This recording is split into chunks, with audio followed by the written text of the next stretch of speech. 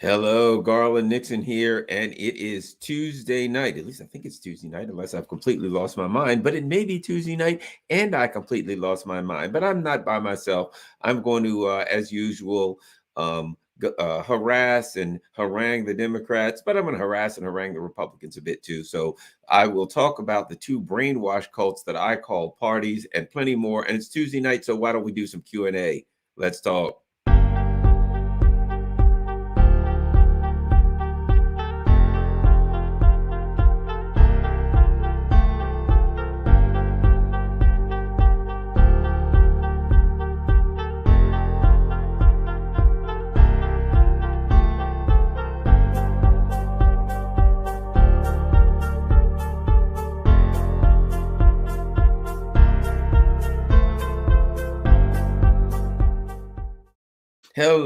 Hello, Garland here. Plenty going on, as always, plenty to talk about. And the big story today, at least in Democratic Party world, is a leak that seems to imply that the Supreme Court will overturn Roe v. Wade. Now, I understand, why the Democratic Party, based on their positions, based on their moral and ideological beliefs, would be upset about this. Here's the problem I have. I see the two parties as brainwashed cults that are so extreme. The positions they're taking these days are so extreme that I can't, if they attempt to take a position that would be consistent with their ideological beliefs, it doesn't even make sense to me anymore, right? So I looked at them and I'm like, really, guys? You're the party of life? I'm supposed to be like, hey, they're the party of life. So here's the first thing I thought about the party of life lately. And I guess I put everything together, so help me out here.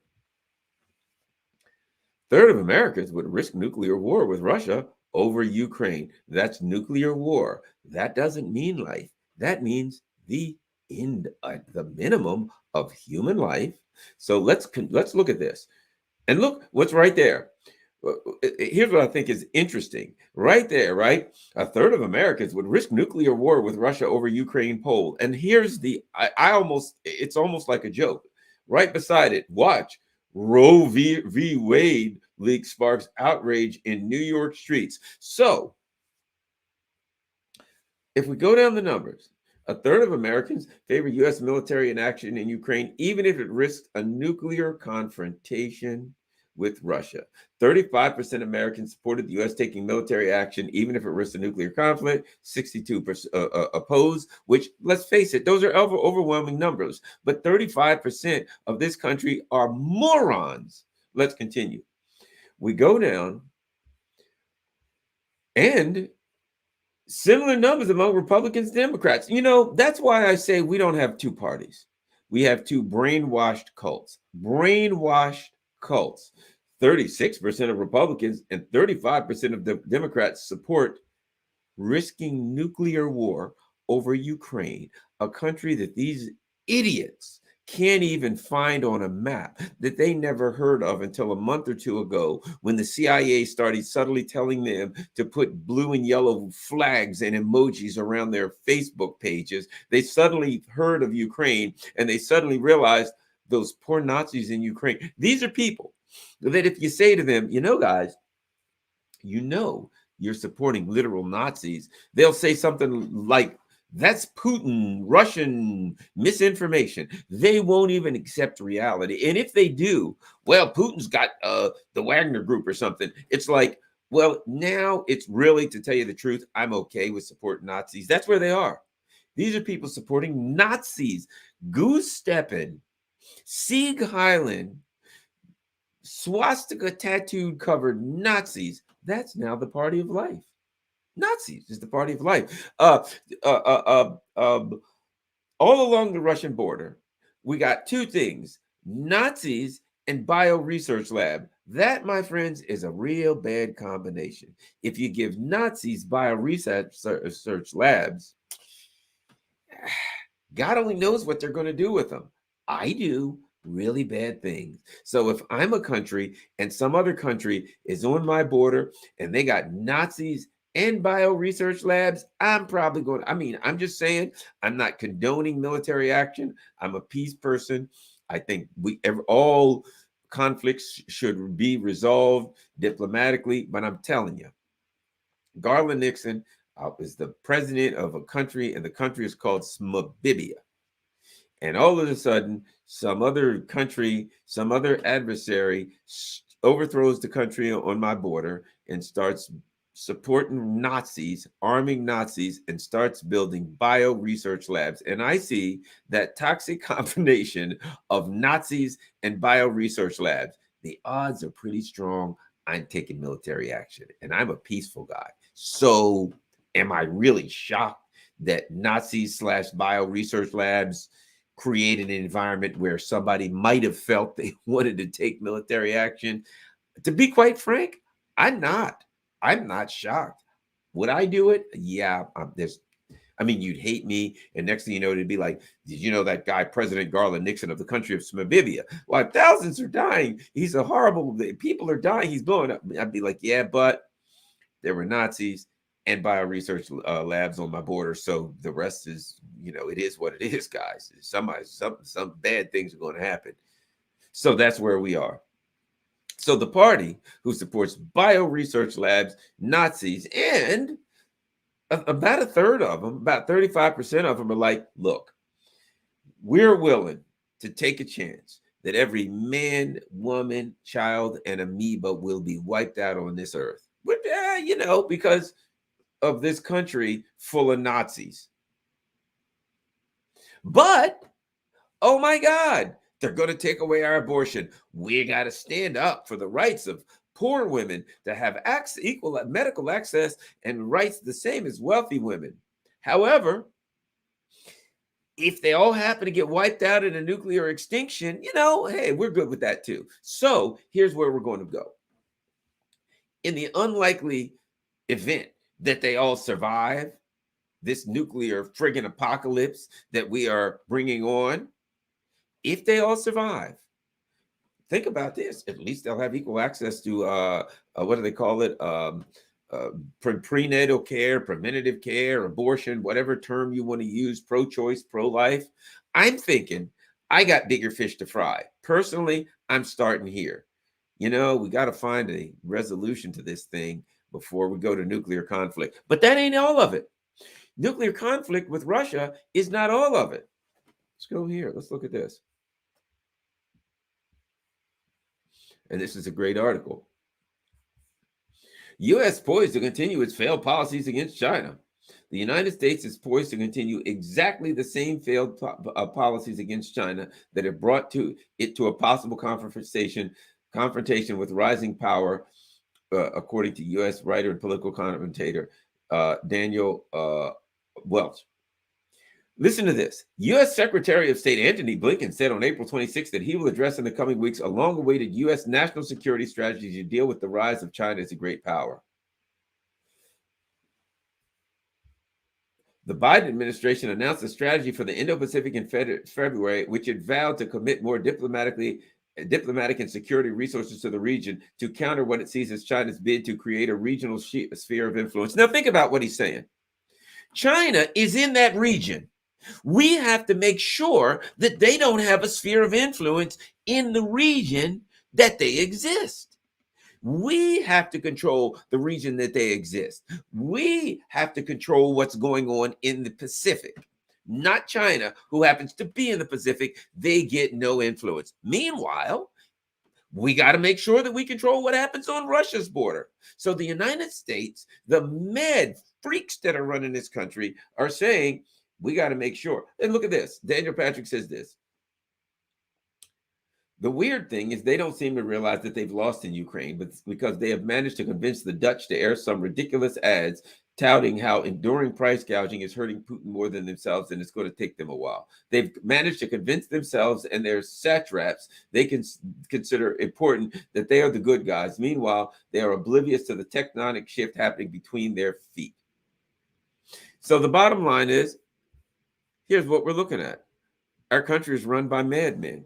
And right now, they are risking nuclear war with Russia because they're saying we're allowed We are allowed to overthrow the government of Ukraine on Russia's border and to pump Russia full of missiles and weapons. We're allowed to do that. And to continue expanding our military influence closer and closer to Russia's border. And Russia has no right to say we feel threatened by that.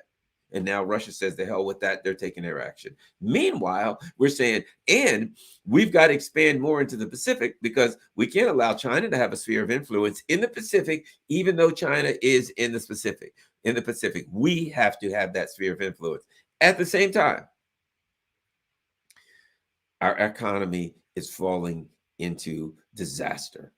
We've just had 1/4 of economic contraction. You know we're going to get another one, which means we're about to be in a recession. Americans can't pay their bills. American can't. I looked today, I saw $5.79 for diesel fuel. You know what that means for those of us who have to go to the store and buy stuff that's transported by diesel fuel? Trains use diesel fuel. Ships use bunker C fuel. You know what that means for all of us? That means the cost of stuff, everything's going to go up. And so, as American people say, hey, man, we got problems. We can't afford the cost of everything's going up. We're struggling. Our government says, yeah, go to hell. Right now, we got to go over here and risk nuclear war with Russia. And since China's a nuclear power too, we got to do the same thing. And I'm supposed to believe that this party is the party of life and that they are gravely concerned with what happens with women's equal access to pregnancy care or whatever euphemisms they use to describe abortion. I'm not having a discussion about abortion. The courts are going to decide that. So I'm not here to talk about that. I'm here to say, what kind of an idiot believes that these people are concerned about the rights of anybody as they risk the end of humankind? You see, they have one concern, and that is they're crazy people and they want to rule the world. This is an empire, and the empire no longer cares about the citizen, citizens. The government has decoupled from the people. Right now, if you look at Europe, these idiots, and I'm happy to say this, though, to tell you the truth.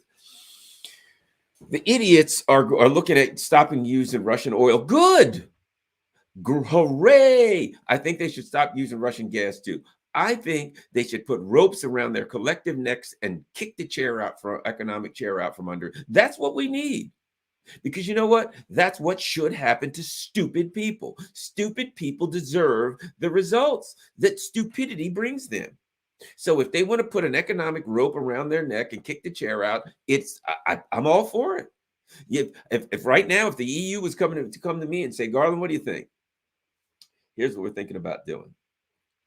Cutting off oil, not getting any oil anymore from Russia or gas. Now, of course, that means that the price of oil and gas will go up dramatically and that Russia can sell less and still make more money. So it ain't going to hurt Russia. They're going to make out like a king. Right now, they got money pouring in, and there's always going to be plenty of people to buy their gas and oil.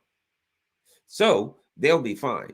But we'll make some kind of a political statement or something like that. Now, granted, we're going to wipe out our industry for all times. They'll never come back.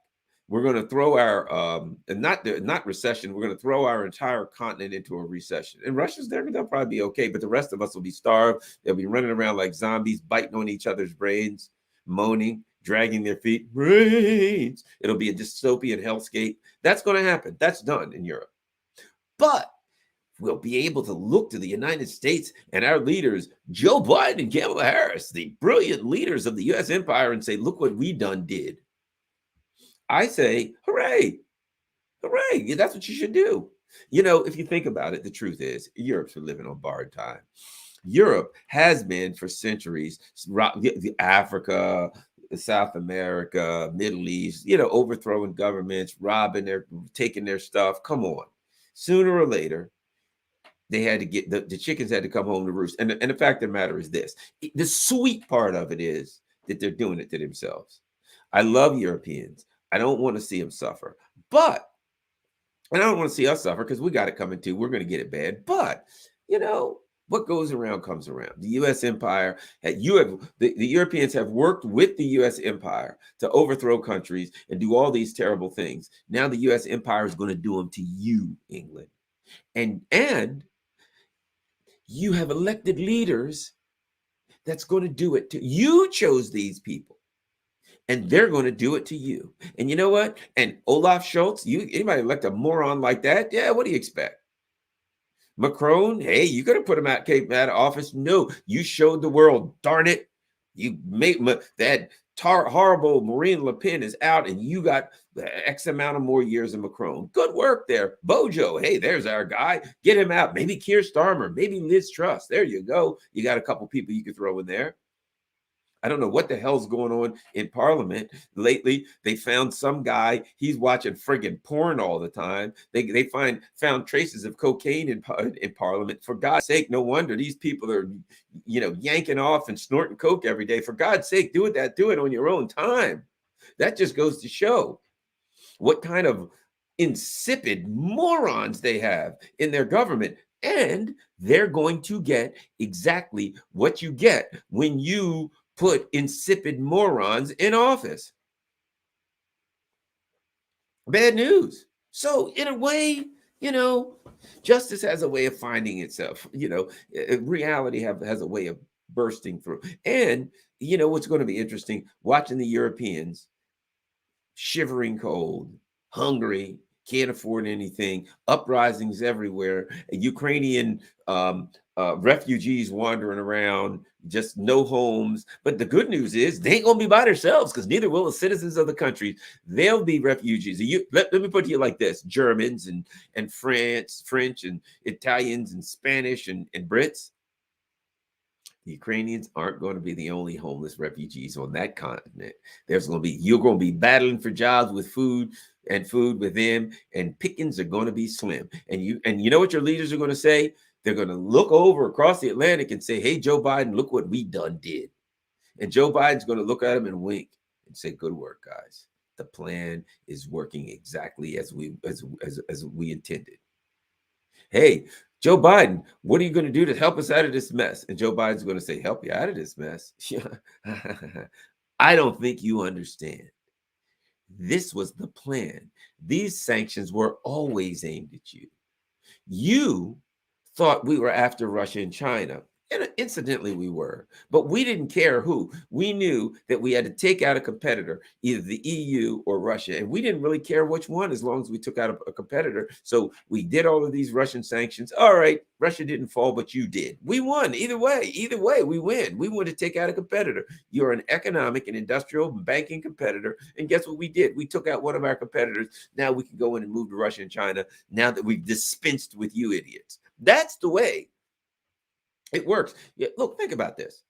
The grand chessboard, right? Think about that. The U.S. talks about the book about the CIA called what was it called? The something chessboard, the devil's chessboard.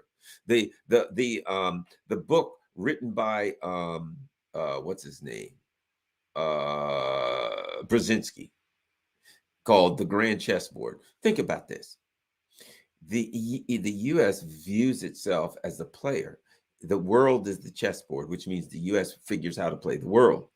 You, my friends, are nothing but pawns.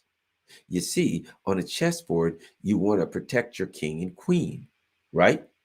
Everything, all of your other players are sacrificed, if necessary, to protect your king and queen. The U.S. empire is the king and queen. You are pawns. They will happily and readily sacrifice you to protect themselves. That's what you're good for. That's all you're good for. And you think you're part of the team. No, you're not part of the team, EU. You can never be part of the team. You are pawns to be sacrificed. And now it's your turn to be sacrificed. And your leaders are so stupid that they're happily going to put an economic rope around all your necks and kick the chair out. Uncle Sam doesn't even have to kick the chair. Boop. That's what you get. So now, if you were smart, if you had any brains at all in your heads, leaders of Europe, you would look and say, "This is weird. They're risking a world war in Europe," which means once again, our country gets flattened and they'll be all right. They're risking a nuclear war, which they're hoping would at least be limited, so the Russians would only nuke you guys, and they wouldn't have to get involved in Paris, London, Berlin may be gone, several million Europeans, but that's what you guys are for anyway. So they're hoping that if there was a nuclear war, it would be limited to the European continent, and you poor bastards that lose would be dead by the tens of millions, less hungry mouths to feed, and afterwards they could clean up the mess and make all the money. Any way you look at it, that's the way the US sees you guys. And you're looking over here like you're part of the team. How pathetic. You know what? Think about this, Europe. Russia wants a diplomatic settlement. You want a diplomatic settlement. The US doesn't.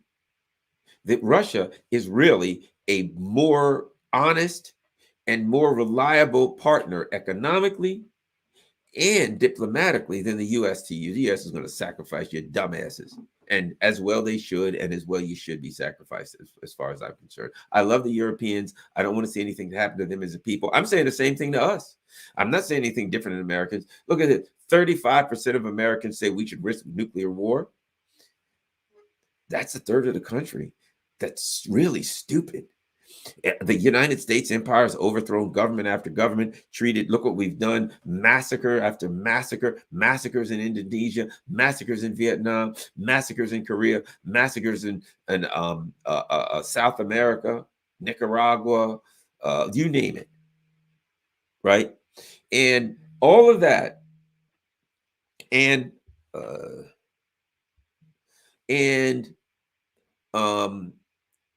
now the US wants to play the good guy. We're the good guys. We're standing up for the little guys. And even now in Ukraine, what are we doing?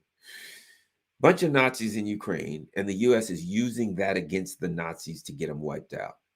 We're like, yeah, Nazis, we got you covered, dudes. We're going to arm you. And they're like, yay, we're getting armed by. Let me tell you something, you idiot Nazis in Ukraine. Anytime Uncle Sam shows up giving you weapons, it ain't going to turn out well for you. So the Ukrainians are like, yay. Well, not the Ukrainian people, the Ukrainian Nazis and the Ukrainian leaders are like, yay, US is here and we hate Russia. And the US is like, you guys hate Russia? Yeah, we'll help you with that. We're down with that, you poor ignorant bastards. And so here's what we're going to do. We're going to arm you, and we're going to give you lots and lots of arms, old shit, really. And then we're going to train you and give you nice uniforms, food. I mean, you're going to be looking good, man. You're going to be looking tough.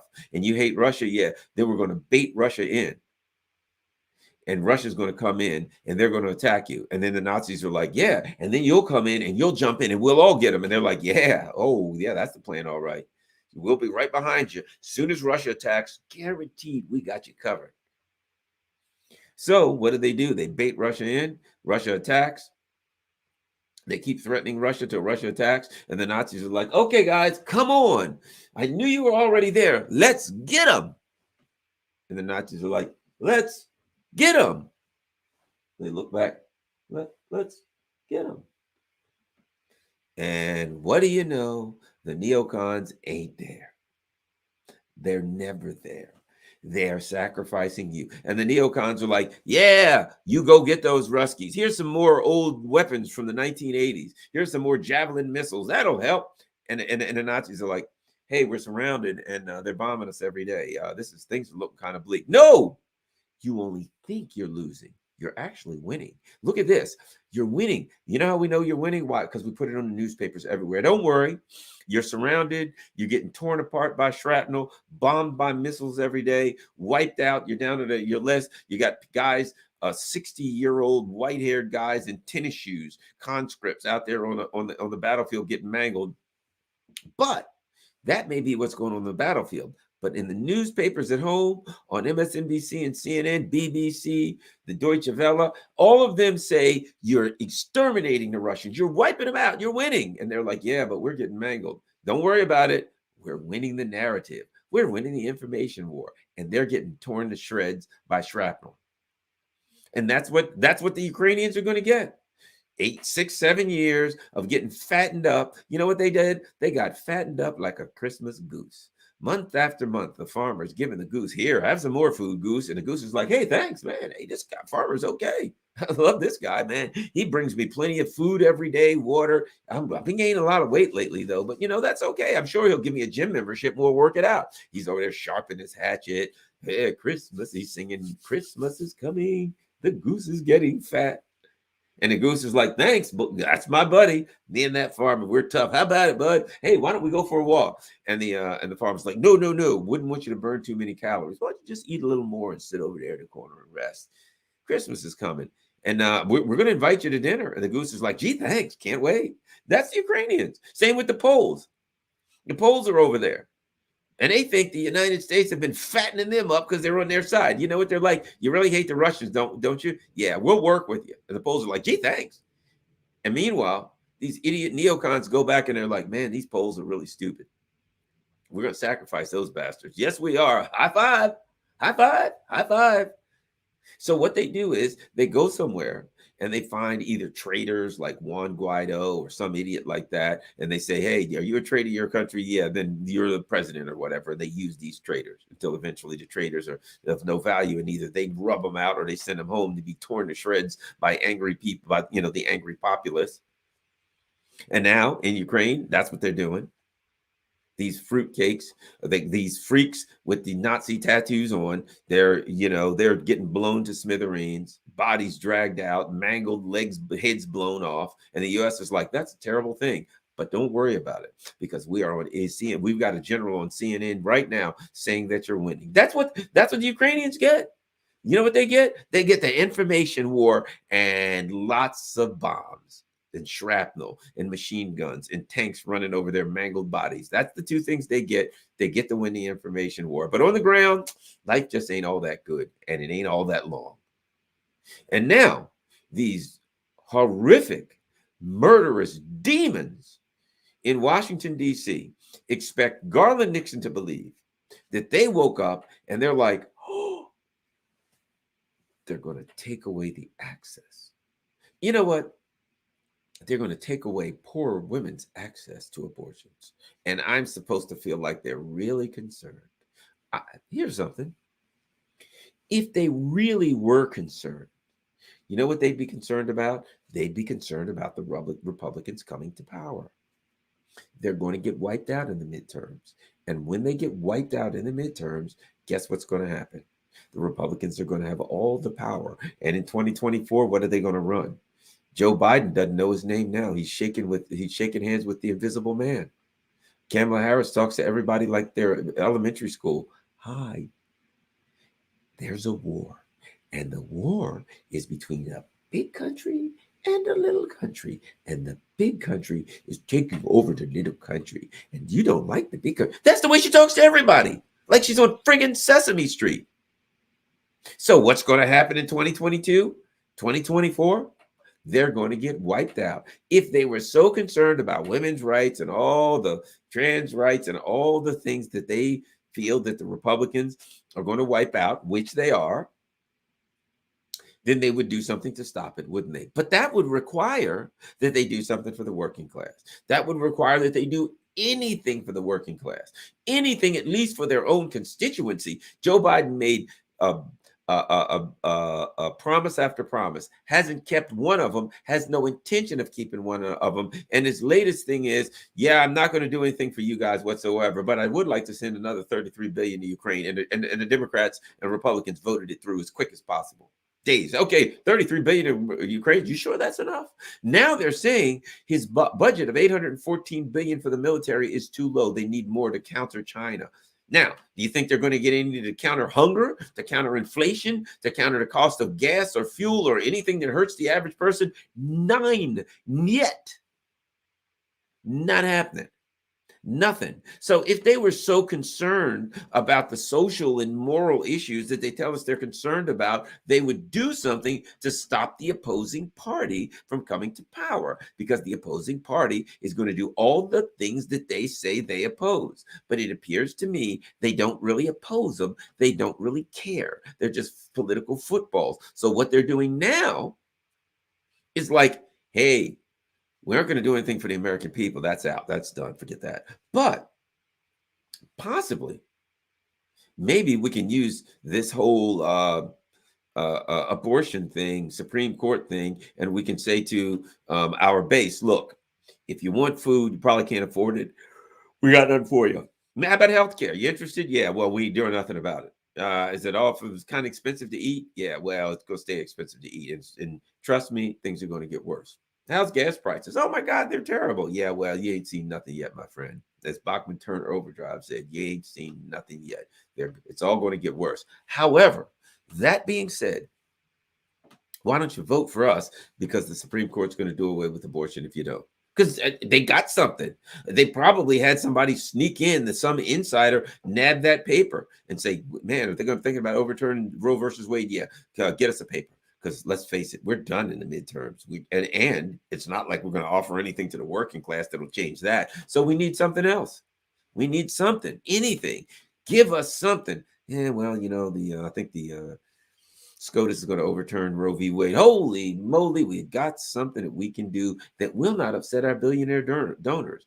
We sure as hell ain't going to do something like we'll address the Trump tax cuts for corporations, and maybe we'll lower taxes on regular people. We'll raise taxes on the billionaires. That's not happening. 3 strikes, that one's out. So maybe they finally found something. In the unlikely event that they don't start another war in China, because that's the way it looks that it's going now. They're heading for the war in Ukraine is not hasn't screwed things up bad enough. They need the same thing in China because these people are insane. Now, I do suspect, mark my word, over the summer, Europe's just going to fall apart. And I think that to some extent, Americans, they're suckers. Don't get me wrong. They got their blue and yellow flags around their Facebook and their emojis around their Facebook and Twitter accounts. As long as for a while they're told to do that until they can't afford food, until they can't get to work, and wait till the jobs start disappearing. And in Europe, Europe is it's over. Europe had a nice run for several hundred years. That run is about to come to a screeching halt. And the Europeans, when they realize it, look at the price per kilowatt hour for electricity. You cannot. Your corporations can't compete around the world when they're paying that kind of money to produce things, because other countries are going to be paying significant less, and you're going to have to charge twice as much, which means you're going to have to lay everybody else off and go out of business, and you're done. And what are you going to do? Do away with the sanctions and start buying cheap energy from Russia again? There ain't no guarantee Russia's going to sell it to you. Here's the funny thing. I think that a reckless abandon says Europe didn't have a good run in the 1940s. Oh, they've had some on and off, but overall, it's been a strong economic for the last 100 years or so. They've had their ups and downs as compared to the areas of the world that they were oppressing. But they've bitten off more than they can chew. And here's something that I suspect. Europe is like, yeah, we're going to fix Russia. We won't, let's try to figure out the things we won't buy from them. And at some point, we're going to stop buying gas, and we're going to stop buying energy and oil and coal. You wait till we get ourselves together. What happens if Russia preempts that? What happens if Russia says, look, guys, I understand that you want to wean yourselves off of certain commodities. We're going to make it easy for you. We ain't selling it to you anymore. What happens if Russia strategically looks at some things and says, oh, by the way, yeah, Airbus kind of needs titanium to build airplanes, doesn't it? Yeah. Well, they can't buy it from us because we ain't selling it to them anymore. So what happens if Russia strategically targets industries that need certain things from Russia and says, until you come to the bargaining table, you ain't getting them? What if happens if Russia says, you know what? We already know that Europe can't deal with gas without us. Until you come to the bargaining table to address our strategic interests along our border, you get no gas, you get no coal, you get no bread, you get no nothing. See, I've said for a while, Russia has some aces to play, and they're pretending like Russia doesn't. They're like, well, we're gonna like Russia just has to sell them energy. Now, I don't blame Russia. Russia's selling them energy. Why not? If they're gonna give you the money, take their money. But at some point, Russia can just say, we're going to cut you off in particular things, and gas could be one of them. Russia could say, we're going to cut back on 50% of your gas. We're going to cut back on 10% per week until you come to the bargaining table. So at some point, Russia has been slow, very, very slow to respond with sanctions. But I suspect at some point, Russia's really going to make those sanctions bite. And here's what I think. I think Russia is slowly and methodically doing what they got to do in Ukraine. And I think what they're figuring is this: when we get to where we want to be, when we have the land bridge, I think is Crimea is done. They may want a line bridge to I already can't get it wrong. Transnistria, I guess it is. Transnistria. When they have completed everything they have want to complete, at that point, I think Russia's going to say, because I don't think this is the end of it. Russia has said we want security along our border. And I think at some point, Russia's got to do either one or two things. And I don't know which. They're going to say, get them damn missiles out of Poland and Bulgaria, or we'll knock them out. And they may. You know, the countries, those missiles along our border, either you get them off, or we're going to launch missile strikes and we're going to get them off.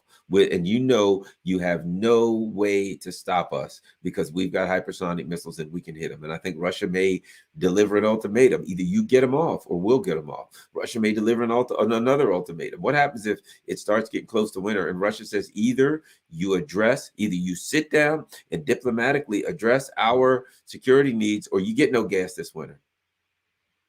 It's disastrous for Europe. So Russia has some cards they can play. They can play the military card, and I don't think, I don't think that the end of their plan is Ukraine. I think they feel like their border is insecure, that NATO has continued to advance to their border, and that something's going to go down. That they're going to keep fighting, or they're going to use every card they have, and one of them could be the gas card, one of them could be the fuel and the economic card, and they could say to Europe, if you want to keep your missiles and stuff on our border, you're going to have to sacrifice your full economy to do it. You're going to have to do it, but you're going to be awful cold, and your economy is going to be wiped out. Germany, if you want to do this, your economy is going to be wiped out. I think something like that's coming at some point. And now here's what we got. A couple people ask. So right now, I'm just like, when I hear the Democratic Party all up in the air over anything, they have no credibility to me, because they support Nazis, and like a third of Democrats and Republicans, more than a third of Democrats and Republicans are willing to risk nuclear war. So don't come to me and tell me that you're some kind of a credible party and you're standing up for anybody. You are bungling idiots. You are reckless morons is what you are. So I'm sorry, just can't stand up with them. Well, it is Tuesday. Let's see if we got some questions. Sweden and Finland joining NATO will make it worse. But remember something about that. In order to bring in a new country, there's a number of things that have to happen. One of the things is it has to make everything safer. Here's the other thing that has to happen. It has to be unanimous. And there's a couple of already countries that have said we'll veto it. So it's going to have to be unanimous for a new country to come into NATO. So it isn't as easy as people think. I'm hearing, I think Croatia is in NATO, Hungary, France. You got a couple of countries that may say, I don't know if we want to go here, because that's going to make a real nasty mess, particularly in Finland. So we shall see. Let's see. Oh boy. Hey, we've got some super chats. Thanks a lot, Pete. How did the U.S. NATO explain away the consequences when this is concluded in Ukraine? Do you think the Biden team perceive this as existential for them? Desperate people do desperate things. Well, I think they're idiots. I think there is no way for them to win this. There is no way in which there's no way in which they let me put this up. There's no way in which they come out. I mean, it's obvious. It's on Russia's border. Russia's military is powerful. Russia's going to win this. Russia's going to do whatever they want. So the bottom line is, the saving grace is the chicken hawks don't want to die. The chicken hawks don't want to die, and the chicken hawks don't want to institute nuclear war, because they know. I mean, there may be crazies, but not the chicken hawks. They're scared. You think Victoria Nuland and Jake Sullivan want to get incinerated? They don't. They're scared to death of it. They're shivering in their boots, pooping themselves at the thought of anything. They want to sacrifice other people. That's what they do. So I don't think that the chicken hawks want to go so far as that. In fact, Proxy wars are fought by people who don't want a real war. And so I think the fact that it's a proxy war, I don't think that I really don't believe they want to go nuclear. And remember, they keep saying we don't want to go to World War III. They want to kill all of look, you don't want in a chess game to lose your king and queen. You want to sacrifice your knights, your rooks, your pawns. They want to sacrifice Europe. That's what they want to do. Anonymous says, what do you think about conflict spreading to other countries like the Balkans? Serbia doing a lot of things now. Looks like they want to invade Kosovo. It's possible. I hope it doesn't happen. It's possible. We'll keep an eye on it. It's possible it can spread to other nations. I think Russia is pretty straightforward with what they want to do, but it is possible that it could spread to other nations. So we will see. I can't say for sure. I do think the one thing I think that's on our side, the longer this goes on, the less likely it is. Now, that's not saying it couldn't spread tomorrow or next week, but if this goes another month or two, it's going to get less and less, war is going to get less and less popular in Europe because people are going to be hungry and angry. And they're going to start looking at their leaders. Olaf Scholz, I don't know how long this government can stand. There's no way he makes it through the end of the year. I'd be shocked if he makes it through the end of the summer. The Germans are going to be furious. He has wiped out their economy. So if time's on our side, if time goes by, the longer time goes by, the more likely it is that the pressure will go to the leaders, particularly starting with Europe, to break free from what the U.S. is instructing them to do and to somehow address the plight of their people. The problem is, ain't nothing they can do. The wheels are set in motion. Right now, they're just getting worse and worse. Let's do this. But I think at some point, the Russians may preempt them and say, well, in that case, since you guys want to keep sanctioned, we're cutting off this or that or this. And they can pretend like it's not going to affect them, but it's going to affect them bad. And it ain't going to be pretty. I think at some point you're looking at hyperinflation in Europe, and Europe's just going to be a backwater dystopian hellscape. That's what it's going to be. And the leaders are going to pay a price. Let's see. Any more questions since it is Tuesday? In the 1930s, Russia helped Abyssinia, Ethiopia, and Eritrea fight against the fascists of Italy, Mussolini. Yeah, they did a lot of that stuff. A lot of that stuff in South America. Just wait till winter, right? The Russian general staff are in contact with the Pentagon. That's what, okay, here's this. 20 years of military-industrial contract, largest in Afghanistan, and the Afghan papers told us it was a money laundering scheme, and the American people had their heads up their butt so far that these bastards started another one. Yep, you're right. You're right. You are right. What's this say? Russia will leverage this to the maximum. Favorite Nina Jankovic karaoke song. That's, again, Nina Jankovic, a couple of things with this Ministry of Truth crap. And the good news is it demonstrates how desperate they are, that their narrative is falling apart and they're scared to death.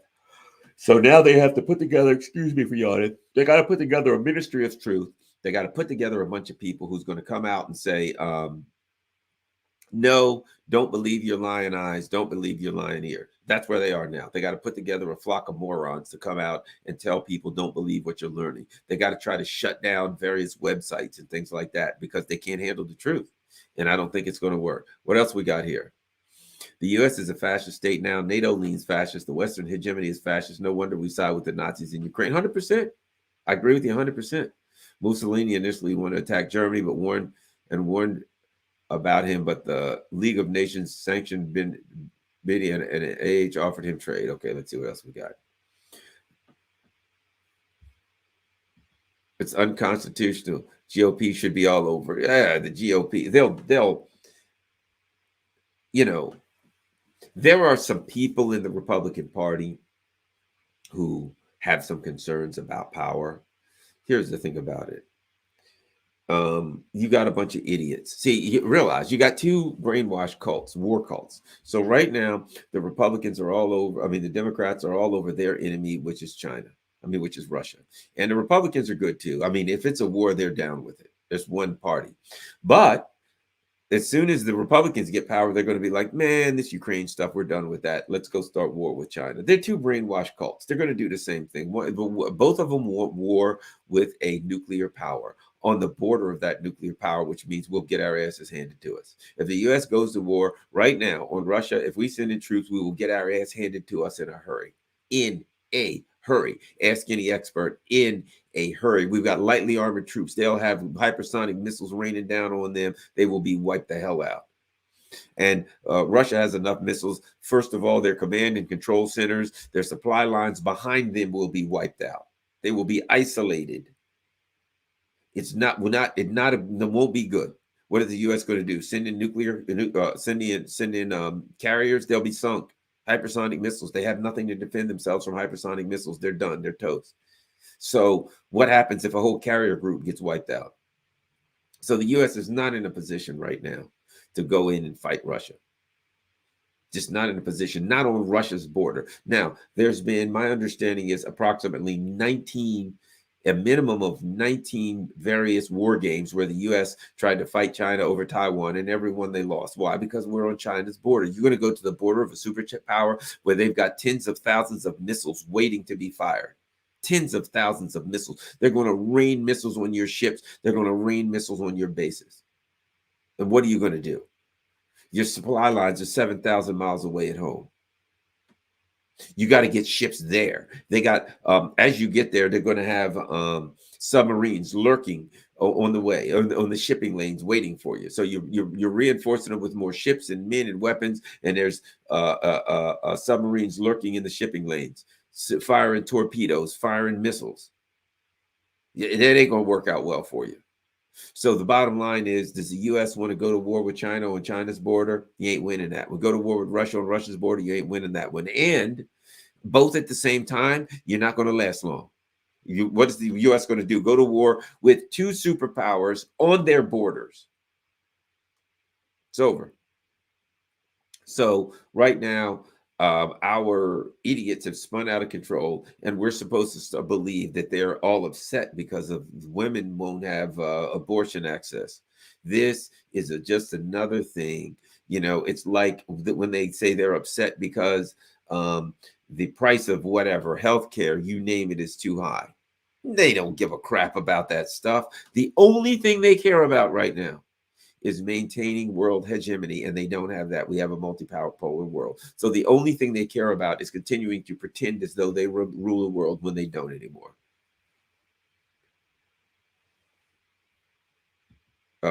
Remember, Reckless Abandon says how pissed Obama was when Putin gave his "Do you know what you have done" speech about Syria at the UN September 25th. Absolutely. What do we got? Every election cycle that they're in trouble, the Dems make like not voting for them is an attack on abortion. Yeah, that's the game. What makes a ton of money for pretty much all of them of fat cats? MSM, the whole government, the intelligence community. How the hell do we do anything about the U.S. being ruled by Gangster Central? That's right. We're ruled by a criminal by a criminal gang. At any rate, oh, Katie, there's Katie. How's it going, Katie? How many countries are we sanctioning right now? Oh, all over the world. About a third of the world is under unilateral U.S. sanctions. About a third of the world. So what do they care anymore? Vote blue no matter who. Somebody had that. Oh, there we go. The vote blue no matter who crowd is back. Exactly. This is the game they're playing. What do we got here? USA will fight China to the last. Japanese, Korean, Taiwanese, and Filipino. That's the game. You got the game. All of them, all of the countries. That's it. Well, Garland is tired, and it is 10:38 here. So I want to thank the people that did the super chats. I want to thank everybody. I want to make sure everybody understands that I really appreciate you watching my show and supporting me. And I appreciate those who gave super chats. Those who can, I understand, enjoy the show anyway. And I want to thank those who've gone to patreon.com and ask anybody that can to go to patreon.com. If it's $1, if it's $3, if it's $5 a month, whatever you can, that helps me. I actually got my website up at garlandnixon.com. Go take a look, but I don't have anything on it yet. I'm still working. Hopefully by the end of the month, by the end of the week, I will have it. I'll have it more. I'm going to start putting links and stories and links to videos and all kinds of good things. All right. Thanks a lot. Garland Nixon here. Peace. At Garland Nixon on Twitter, Garland.Nixon on Instagram, Garland Nixon on Facebook, and garlandin@gmail.com. Peace. I'm out.